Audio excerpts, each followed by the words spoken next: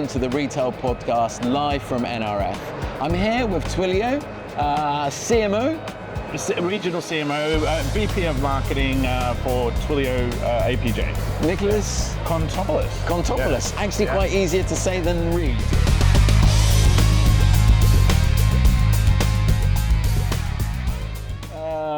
Which always makes me nervous. I have a horrible habit of getting the names really wrong. So it's off to a flying start. Got the right name and company at the right stand. All off to a great start.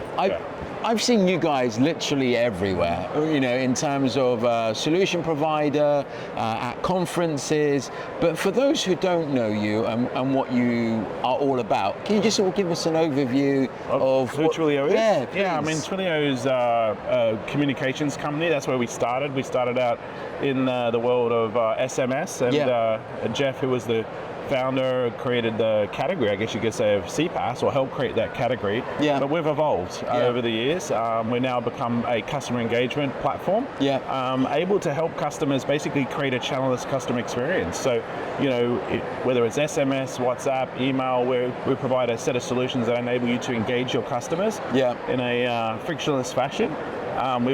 Through that journey, we also acquired a company called Segment, which brought in a CDP capabilities, and that's now enabling us to really tailor our experiences through the channel of preference with our customers. So yeah, really exciting times to be at Twilio. So I can imagine at an event like this, you must be, in a really happy and positive way, overrun with customer meetings. I'm just curious, what's at the top of everyone's mind when they're coming to talk to you right now? What's the problem they're trying to solve? I mean, there's obviously every customer's got different problems, but you know, not just attracting customers, but retaining and converting and retaining have become two key areas that I'm seeing a lot of businesses really focusing in on. That seems to be a common theme across the customers, Do you feel so from a customer journey perspective, in terms of the communication circle that you must work with your customers in, is it like at the front end, like when they're registering, or is it like literally at any part from delivery to... In terms of what they're looking to solve for? Again, holistically. So again, depends who you're talking to, where they sit in the organization, but if you're talking with CMOs or heads of customer experience, obviously they're looking at the holistic experience and looking at not only in how they can attract those customers, but again, as I sort of said, convert and retain, looking at how they can increase lifetime value, and also just to create a more richer experience, whether it's through the digital or physical world. So those, you know, the phygital world, like looking at how they can bring which you guys sit in the middle of. I mean, that's the way I see how, if I'm in a physical store signing up for something, that's the connection to digital, which I think you guys bridge. Well, I mean, actually, it's from pretty much any part of the journey, whether you're signing up in store or on your mobile on the train. You know, we help power companies' abilities to help onboard you as a customer, whether it's through OTP processes, right through to, as I said, you know, taking that data that we're collecting about you and using that to enrich the offers that we make to you, through the physical or digital channels. And is there something that this year has really surprised you? Like, you know, when you're in a customer meeting, or you're like, is there something that's just you weren't expecting that? No, what I've been pleasantly surprised at is just the willingness for folks to really take a real close look at AI through a new lens. So obviously AI is not new, it's been around for a while, but with generative AI coming on, it's obviously presenting a whole new host of new possibilities for businesses. So a lot of retailers are now really looking at how can they get predictive and generative AI working together in a way that can enable them to, you know, drive increased value for the customers, but also help them scale and reduce cost in their businesses as well. I got you. And then is there any, I mean, we're hearing grocery or food, but I assume you guys must go across all categories, 100%, right? There isn't one category that stands out more than the other. I mean, whether you're a pure e-commerce vendor through to a traditional bricks and mortars, we work across all those categories from a retail perspective. And again, each is coming at the same problem from different vantage points. So obviously, e-commerce vendors, you know, that were pure e-commerce vendors are looking at how they can move into retail spaces and create retail experiences, and the retail businesses have been heavily focused on looking at how they can improve their digital experiences. Biggest inhibitor I see typically is not necessarily the technology, it's actually operationally, organizationally. So these are the types of challenges a lot of our customers we're working with on, is helping them reframe their way they think about how they set their businesses up Because again, if we look at the most organizational structures, they've been created around, quite honestly, 19th, 20th century business operating practices, right? So we really, a lot of especially the traditional businesses are looking at how they can reimagine the way they organize themselves around their customers and use technology as an enabler to have more meaningful interactions with their customers. But most importantly, to also help their employees deliver on the brand promise, because this is the other thing. I think we often talk about customer experience, but what about the employee experience? And again, this is an area that we're having a lot of great conversations with our customers. What does that look like? Can you just sort of run through an example? Well, yeah, I mean, a good simple example might be if you're a retailer that has a call center capability. Obviously those call center agents are there to field calls, obviously giving them access to the information that enable them to have meaningful, impactful conversations, with the customer as they call in, really is quite critical. And especially we see that, when that isn't the case, you see high churn rates in terms of staff as a result of that. So how can, through the smart use of technology, but also the reimagining of the people process side of the equation, is absolutely critical if you're going to drive transformational change. So it's not just technology alone, it's those three elements coming together. Oh, I love that. Yeah. In terms of the messaging platforms, WhatsApp has sort of ruled the roost for a long time, specifically in Europe. I'm just curious here, with the plethora of messaging apps that you have, do you see any trends? Is there anything happening in that world? There's no one channel. This is the problem. I mean, for businesses, this is the reality. Like, again, I sort of referenced earlier this idea of we talked about omni-channel for a long time. And it's become a very channel sort of, or technology specific conversation. What I'm challenging customers to think about is a channelless experience, and the reality is you and I will have different channel preferences. You might start through an SMS engagement. I want to start an email or chatbot, or I might want to talk to a human. Everyone's different. So this is the real challenge for businesses. The problem they have is that historically those channels have been set up in a very siloed fashion in the organization. And experience, right? Exactly. You can have a different email experience to a different messaging experience. And that's where we come in to try to help customers, through our customer engagement capabilities, deliver a solution that enables you to bring those channels together in a much more integrated fashion, so that if I'm serving you, I've got a clear understanding of who you are, which channel you've come through to us before on, what are the issues you've raised, and how having that aggregated view and enabling me to have a more meaningful conversation with you is really at the heart of what we're trying to help customers with. This is a tech question, so I don't mind if because I haven't prepped you for it. But in terms of the number of channels that you've seen, like what are we talking about in terms of, like, because I can think about email, I'm just curious.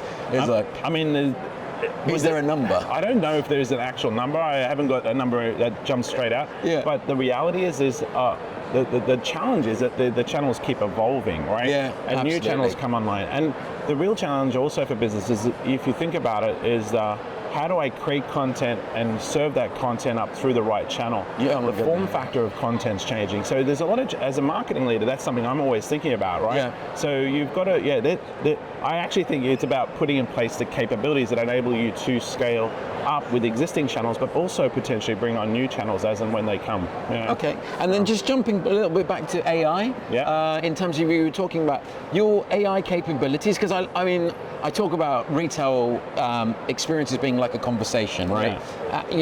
A good conversation you want to stay in, a bad conversation you want to leave. Where does the AI bit come in? Like what elements of AI would you help me as a retailer? We've got, again, historically we've had a long history in terms of the Twilio segment capabilities, CDP, with predictive AI. What we're now bringing in is building on those capabilities in the predictive side, but also marrying that with the generative AI capabilities. So actually we demoed a really cool demo just yesterday. So if we haven't shown you that, I've got to show you that later, where we can actually deploy chatbot or through voice, actually through a voice channel, IVR, the ability to talk to an AI, which very human sounding, actually has an Aussie accent. You've got kitchen noise in the background. It's I'm placing an order from a pizza perspective. I can actually have a conversation with the AI. And actually, I wouldn't even know that is an AI that I'm talking to. The cool thing about that is as I'm having that conversation, I'm sharing insights about what my preferences are for pizzas, etc. That data is being collected and actually mapped against my profile. So for future calls, that can be brought back into the conversation with the AI to say, hey, Nicholas, did you want this, ham and cheese pineapple pizza again? It kills me. Friday night pizza time.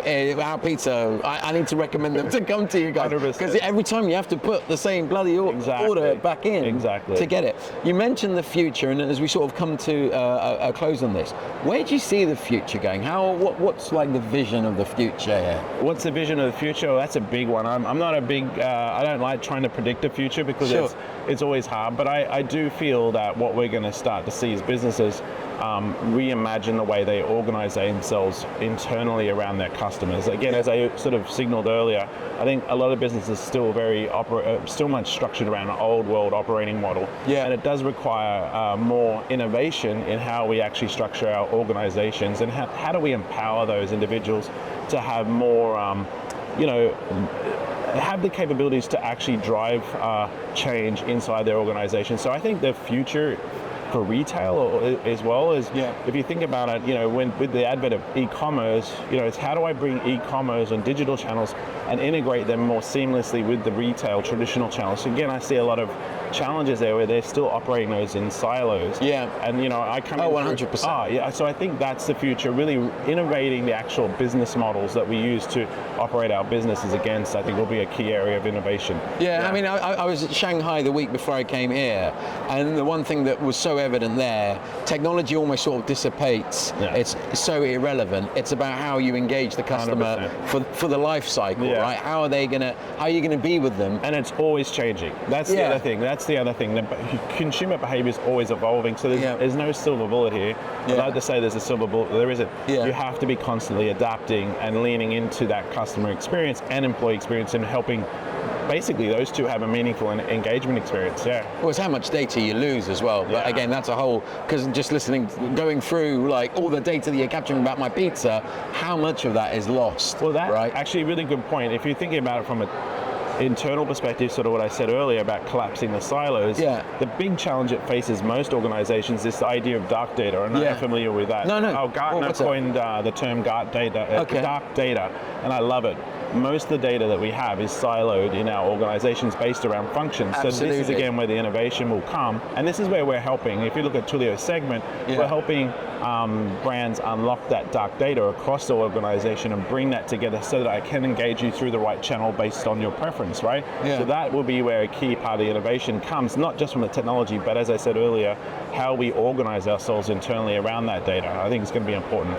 Final question. I've got so many more questions, but like integration, is it difficult? Is this like something that's going to take me like months, system integrator, to how quickly can I get value from this? I mean, obviously, I can't give you an exact time without knowing your business. How big I am, but one of the things that Twilio is strong at is we're an API-led company, so our technologies are much more agile to deploy. What I love about it is we can drop our capabilities in on existing legacy applications and actually help you extract value out of those quite quickly in that respect. But obviously it depends on the use case. I keep saying final question. Do you find that e-commerce is driving more than physical then? No, actually, interestingly, I think it's not one or the other. This is the last question. No, it's a great question. In actual fact, I think everyone thought as we came out of COVID, e-commerce was going to be the primary channel. We haven't seen that. What we've seen actually was people flow back into physical, but it's the interplay between the two that's becoming increasingly important. And how you connect those experiences, whether it's in the store or in the digital format, and having a seamless experience is absolutely critical. Fantastic. I love it. Thank you so much. Pleasure, matey. No problem at all. Thanks. Cheers.